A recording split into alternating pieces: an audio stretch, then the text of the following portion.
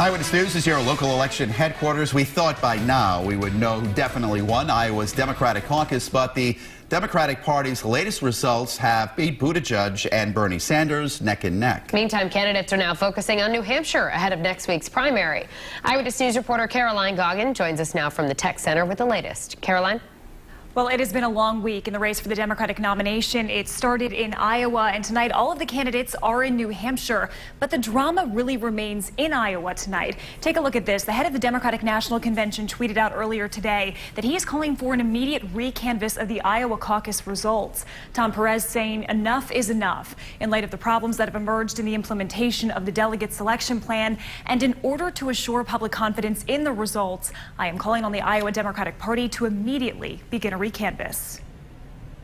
With the last numbers from the Iowa caucuses yet to be released, Bernie Sanders is claiming victory with the popular vote. When 6,000 more people come out for you in an election than your nearest opponent, we here in northern New England call that a victory.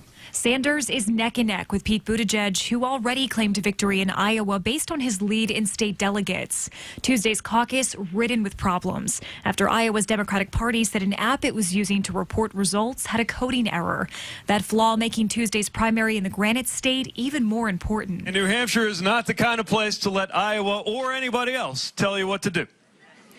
So I know that in the days leading up to primary day, it is my responsibility to seek to earn every vote.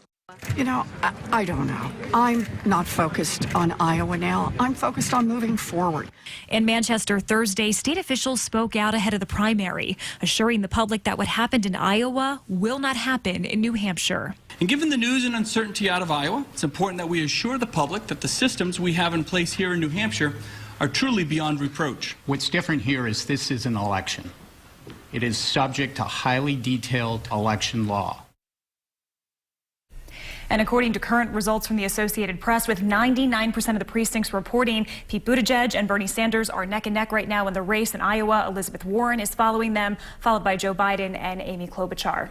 Reporting in the Tech Center, I'm Caroline Goggin, Eyewitness News.